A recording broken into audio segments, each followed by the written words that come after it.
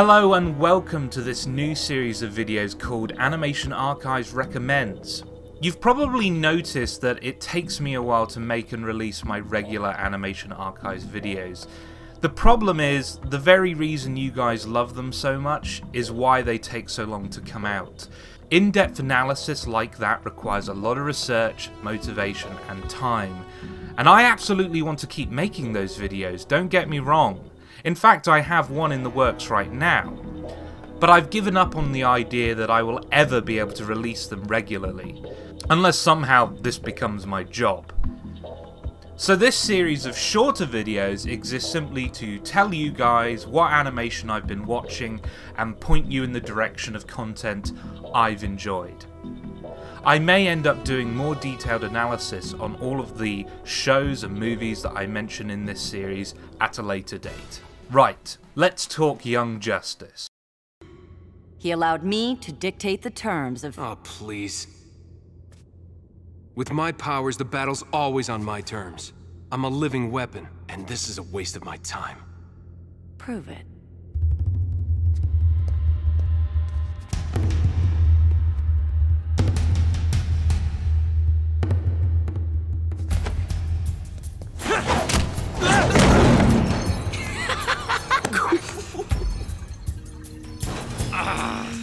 You're angry. Good, but don't react. Channel that anger into—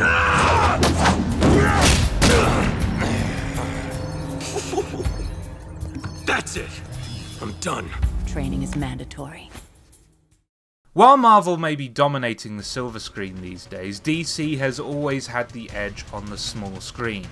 Batman the Animated Series and Justice League Unlimited are the shows most people are familiar with, and have garnered huge followings over the years, and justly so.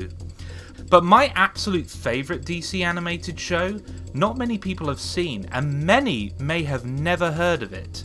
Young Justice. The show's biggest strength is also the reason it couldn't sustain the viewing figures it needed to survive beyond 2 seasons. The main cast of the show is almost entirely characters that general audiences and even some comic book fans won't be familiar with, Robin being the clear exception. All of DC's most popular characters like Batman, Superman and Wonder Woman are merely side characters for the majority of the show. And I must admit, I was put off watching this show for this reason. How could they possibly make Aqualad as compelling a character as Batman? By the way, they totally do. Aqualad is awesome. What I soon realised is my unfamiliarity with these characters meant the writers could surprise me.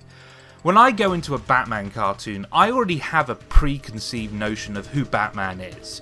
I had no idea what Superboy was like, and while I'm certain the creators drew a lot from his comic book counterpart, it felt like they were building him from scratch. This helped me form a far greater attachment to these characters than I could ever have for DC's more iconic heroes. It's the characters and the sharp dialogue that will hook you in, and eventually the increasingly daring storytelling will keep you watching. Who hired you? Shadows?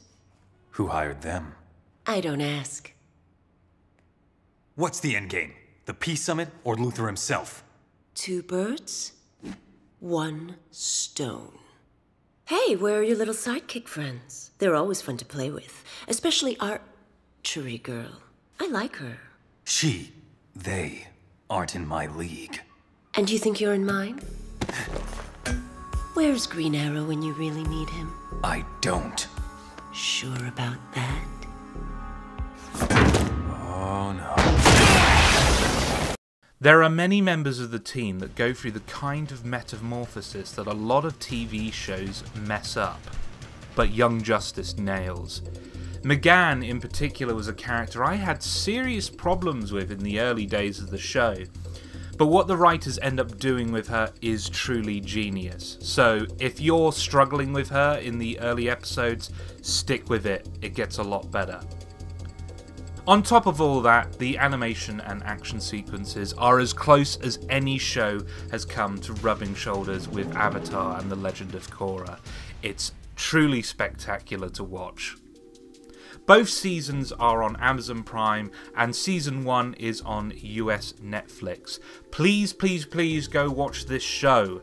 It needs more fans. Thank you for watching. I know I did what I had to, but I hated it. When we started this team, I was desperate to be in charge. Not anymore. And that's not even the worst of it. You can't tell Batman. Nothing leaves this room. I always wanted, expected, to grow up and become him. And the hero bit, I'm still all in. But that thing inside of him, the thing that drives him to sacrifice everything for the sake of his mission, that's not me. I don't want to be the Batman anymore.